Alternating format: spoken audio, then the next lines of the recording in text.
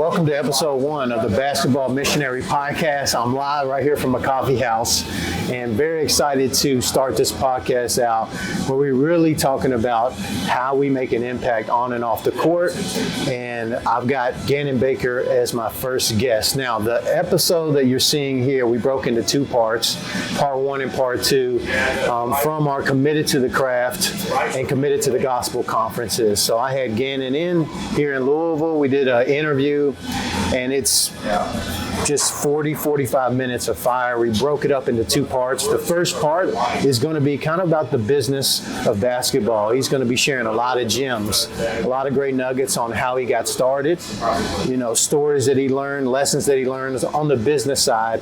Episode 2, the next one, is more on the ministry and life lesson side. But I think there's a ton of value with coaches and trainers, and really just life lessons of how he handled himself, lessons that he learned, and really that roadmap that he took to being what I consider one of the best, if not the best, skills development coaches on the planet.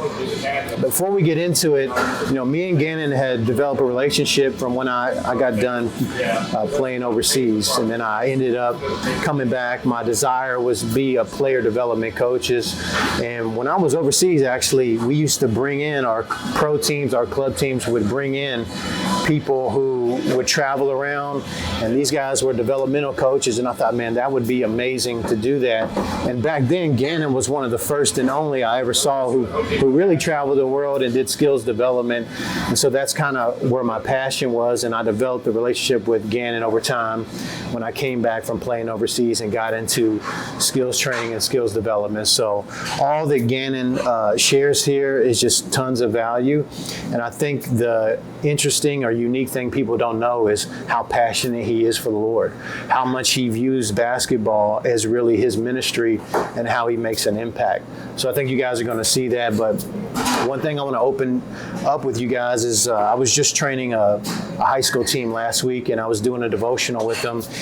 And they're about to play one of the top teams in the state of Kentucky. So we were talking about David and Goliath. And I wanted to share with you guys on this opening podcast a missing detail about David and Goliath that a lot of people tend to overlook. So we always look at David as the underdog, and we look at Goliath as the bully, right? And if you know the story of David and Goliath biblically, David was just a shepherd. He wasn't a warrior. He wasn't a soldier. Goliath was the biggest, baddest dude of the Philistine army that cursed the name of God, and everyone was afraid of him. No one would stand up to him and fight him. And David, a small shepherd, says, "Hey, I got this. Let me step up." And the reason why people laughed at him whenever he said, "I'll fight Goliath," was 1, he had no experience. 2, he was small. He was slight. It even says he didn't even have the size to wear the armor, and he wasn't strong enough to pick up the sword and the shield. All he had was that slingshot. But the other aspect that people don't realize is when David was tending to his father's sheep, he was in a field. And the missing detail is, it says that there was bears and lions that would come out and attack the flock, attack the sheep. He's really a metaphor for Jesus to come by protecting the sheep. And it says that David killed the lions and the bears and defended the sheep. So in a sense, if you think about it, he was prepared. He was prepared to do what the Lord had him to do. And so when he stepped up in front of that test with Goliath, he had already been through the fire, been through these tests that prepared him. And that's really me and you. A lot of times we think when we're going through something in our life, that's our Goliath. It's not. It's just a bear or a lion that God sends in our life, because each step prepares you for the next one. And if you know the story about David, he goes on to be King David, and he faces much bigger problems, adversities, challenges, trials than Goliath. Goliath was preparation for his stint as a king, just as the lion and the bear were preparation for him to get to Goliath. And so what you'll see in your own life, but even as Ganon talks here, that, man, look for those circumstances in which God is sending a lion and a bear in your life to prepare you for Goliath. What you're going through right now feels like the end of the world or the biggest challenge, but it's really one step in the journey, and God's got you all the way through. Okay, let's get right to the interview. Here's Ganon Baker at the Committed to the Gospel Conference.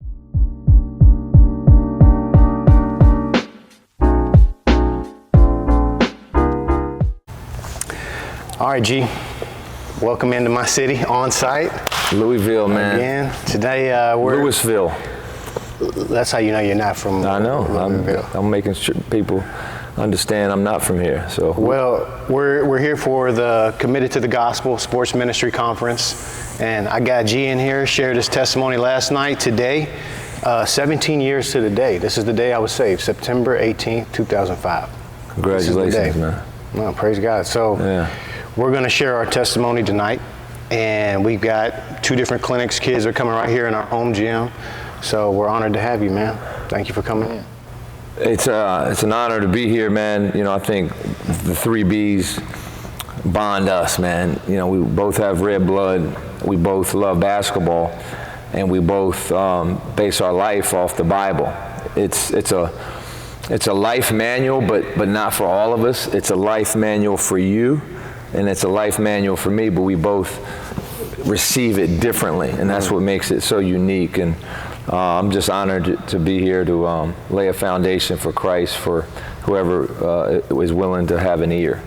So let's do this. Let's take it back where you're speaking to coaches and trainers, all right? If you could speak to like your younger self or up and coming coaches and trainers and give them something tangible of kind of how to build it. So let's start on the business area.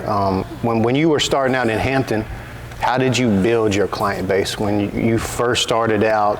Like, what were some tangible steps you took to go from this is a passion to I can do this full time? Well, you know, I was forced to sit down and write a vision. You know, where there is no vision, the people perish. So I wrote down a game plan of what I wanted, why I wanted it, how I was going to do it, what it was. And I had to do that because I just got back from Iceland and I had a tibial tendon injury that they didn't have operate in Iceland, so I operated it in the United States. It put me out 6 months. So I literally was in my parents' couch and deck, working out in a boot, keeping in shape, writing stuff down to be a basketball skill coach, you know, run a business. And I had no idea how to run a business, so I did a lot of praying, read The Purpose-Driven Life, Prayer Jabez, you know, sought God's face as much as I could to get discernment. So I made sure I went out and operated with purpose. And I was in a boot, man. So I just go into gyms like this, ask guys if they wanted to work out, and some of them did. So most of them didn't. So I ended up speaking at camps all across the city, and then it turned into all across the state in a chair. So imagine 100 kids, 200 kids looking at me. I'm dribbling in the chair, doing ball handling, blindfolded, push-ups, shooting in the chair, getting up, speaking, talking about not putting limits on yourself, right? Giving my testimony. And from that, I started to get clients. And so the lesson to trainers is be bold in faith, have a purpose with a passion, therefore you'll get paychecks, right? And then you don't have to have a physical demonstrative spirit when you teach, but you definitely have to come from the heart and bring energy and enthusiasm and a sound, because that kind of got me started with clients as they loved my spirit. My passion was contagious. I made learning addictive.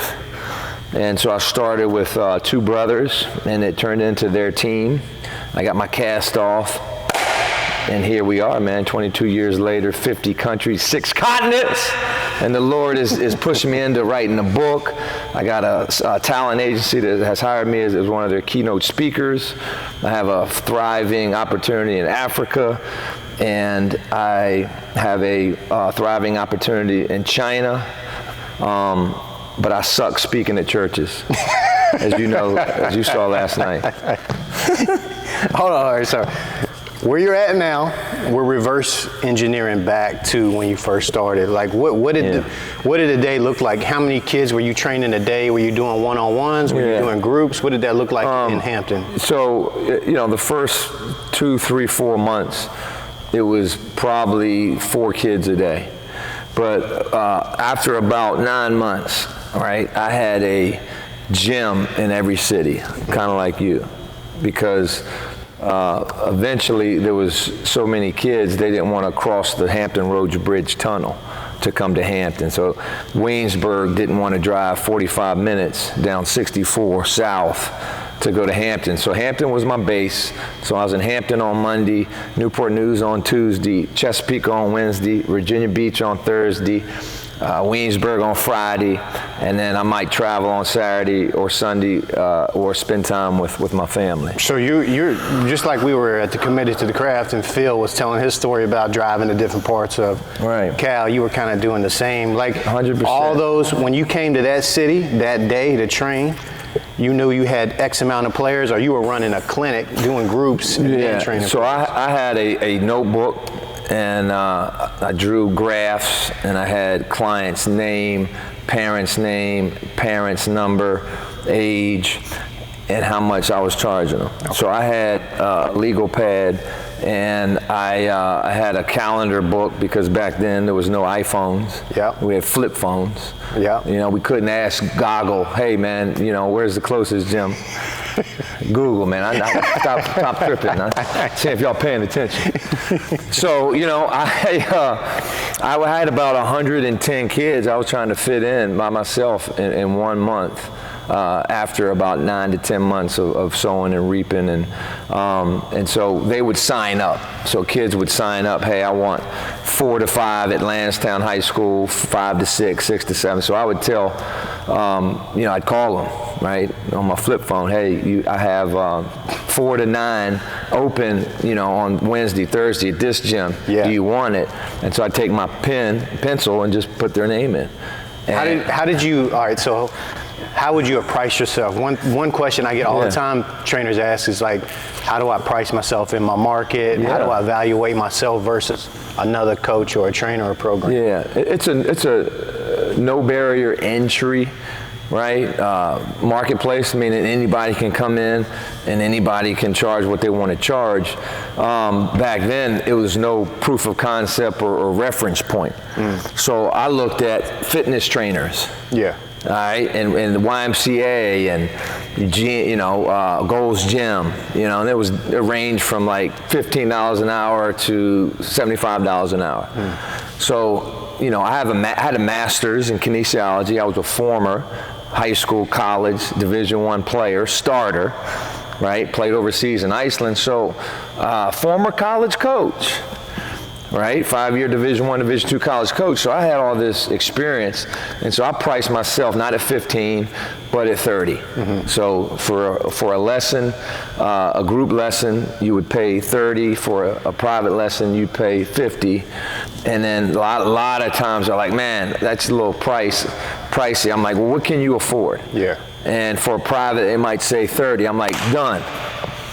You know, and so I just needed cash flow, so I took my little money bag, and they'd come in with a cash or a check, and I put it in there. And funny story, one lady said, yo, I can't afford training. I was like, it's only, you know, $20. I was like, how much you can afford? She's like, 10. I'm like, all right, I'll get your son for 10, put him in some group workouts. This lasted for about 2 months. And then one time on a Saturday, he was the last one to leave. I waited around, make sure he was safe. Kickintown High School, Hampton, Virginia, never forget. She pulls up in an Escalade. I'm like, with Jordans on, with bling, with nails, right? With Gucci bag. Yeah. And I was like, yeah, okay, nice lesson you're teaching your son, taking advantage of people.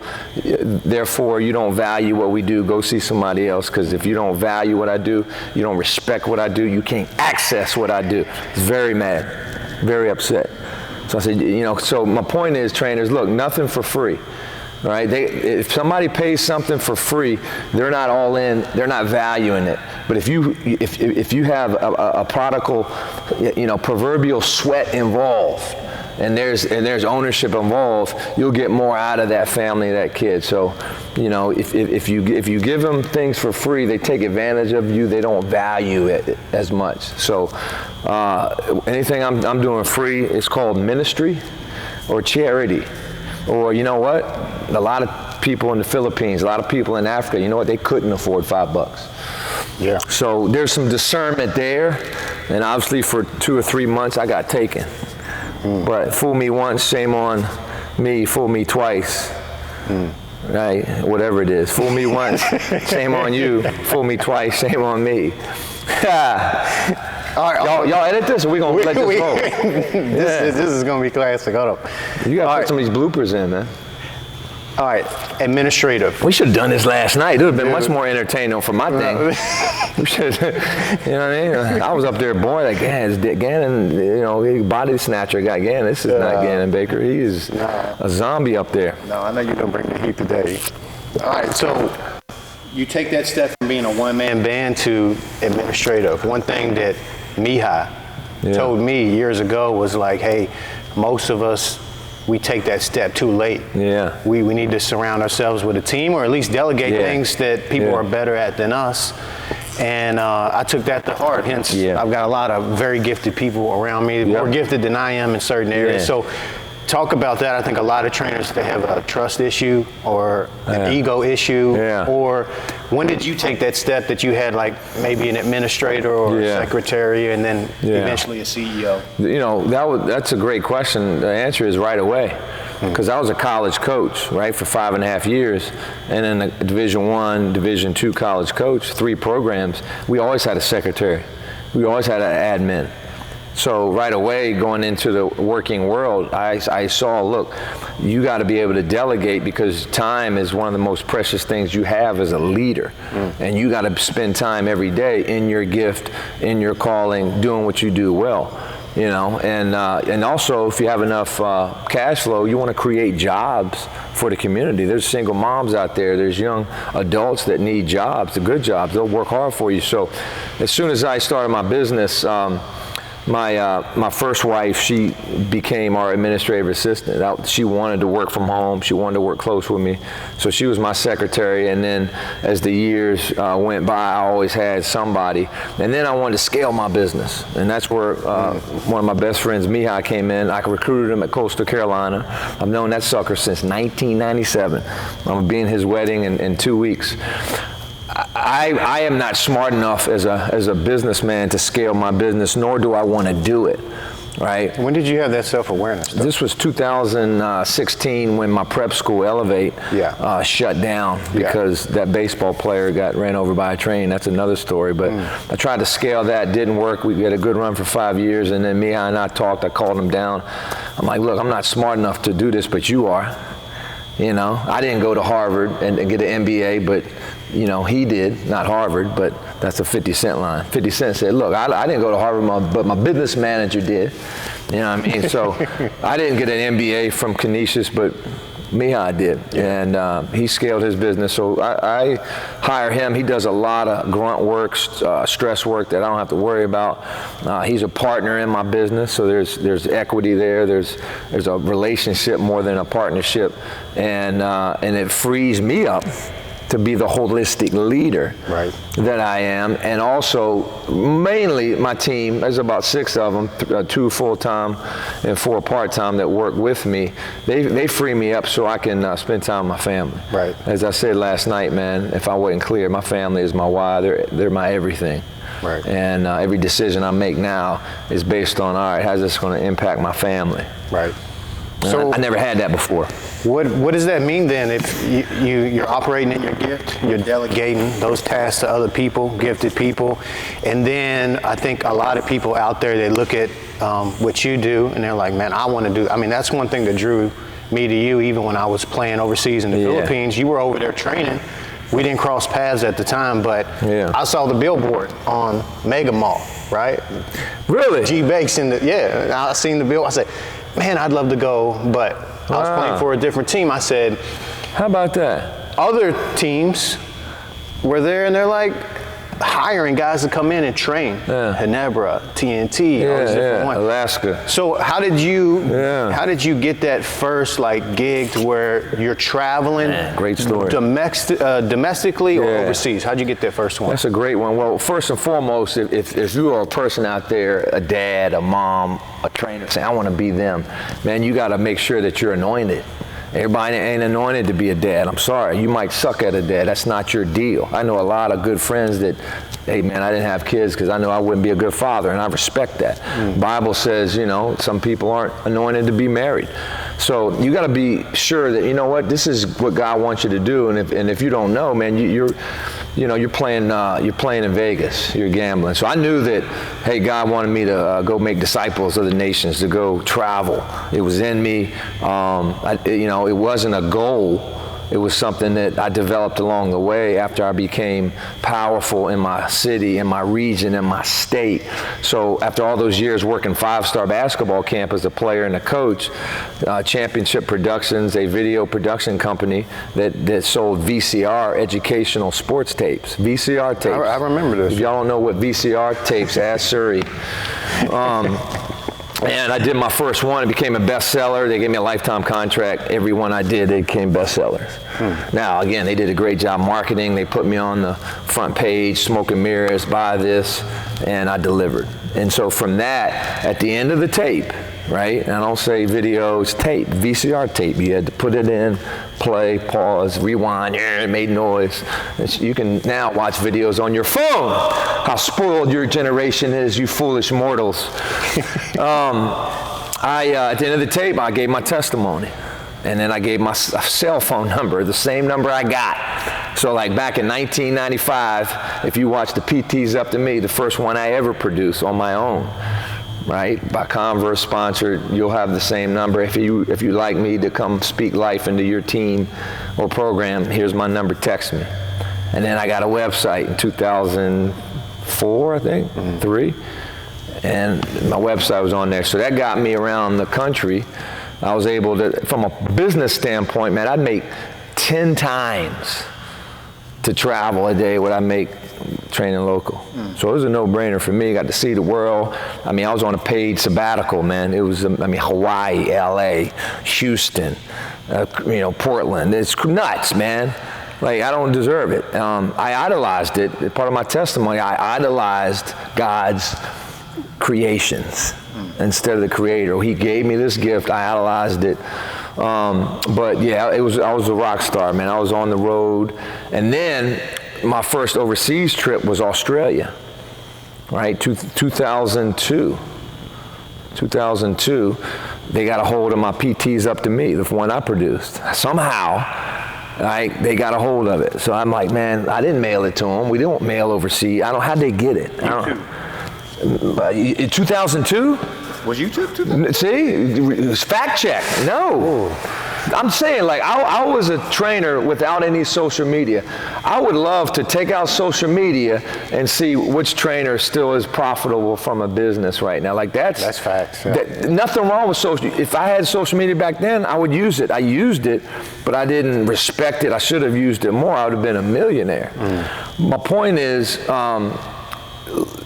let's see how much grind and intelligence and stamina and discernment you have without social media. Because people say it's hard now. No question it's hard to start a business now. It was even harder when there was no proof of concept and marketing was, hey, yo, welcome to a gym. Who wants to train? Here's my card. I did newspaper ads, man. I might be the only trainer to put a newspaper ad in the paper about basketball skill training. My first client was a drug dealer. I promised to God, he was trying to get ready for Summer League, man. And he smelled like weed. He had 3 beepers. I knew he was a drug dealer. He paid in cash. Australia, right? They said, hey, we're watching Mike Krzyzewski and the team. You want to come down and work out with about 20 coaches from Australia and New Zealand. Tab Baldwin was one of them. Wow. Yeah, Tab Baldwin, Brian Gorgian. Like the Olympic coach, one of the all-time winningest coaches, the winningest coach in Australian Olympic history and the pro basketball in Australia, Brian Gorgian, was down watching Duke, and then at lunchtime, I worked out for them. Just did an individual workout, ball reps, 2 balls, shooting left, right. The Lord was with me. I was at half court shooting left hand, right hand. They still got the tape if you want evidence. And so I gave my testimony, right? There was a few Christians in the crowd. And so from that summer, I got all expense paid trip for me and my wife to Australia and New Zealand. And we were gone for about 3 weeks. I probably made 10 grand off my videotapes. all expense trade. They didn't pay trip. They didn't pay me. But I went all over Australia, all over New Zealand, just working out. And I didn't have the coaching intel that I have now, but it was all more of individual workouts, right? Individual basics, moves, and counters. That's all I did. Didn't teach team concepts. And then motivation, inspiration, faith, right? And that was my first country that I ever went to. Second country was Canada. And, as I said, I just came back from Africa, my 50th country. Nigeria, my 50th country, 6th continent. So Australia is a continent, by the way. It's its own thing. It's its own That's thing. a tough flight, too. Coach. I flew coach. Yeah, and when I got older. I don't know what first class feels like. You know? Dude. You Gwen Stefani, first class, up in the sky, drinking champagne, in the like fast lane. That's not Gwen Stefani either. That's Fergie. That's Fergie. Fergie. There you go. Fergie. Married to Josh Harmel with the hair like. But anyway, now I fly first class not because I'm a diva, but because I have tendonitis, sciatic nerve, and if they don't fly first class, I'm not doing it.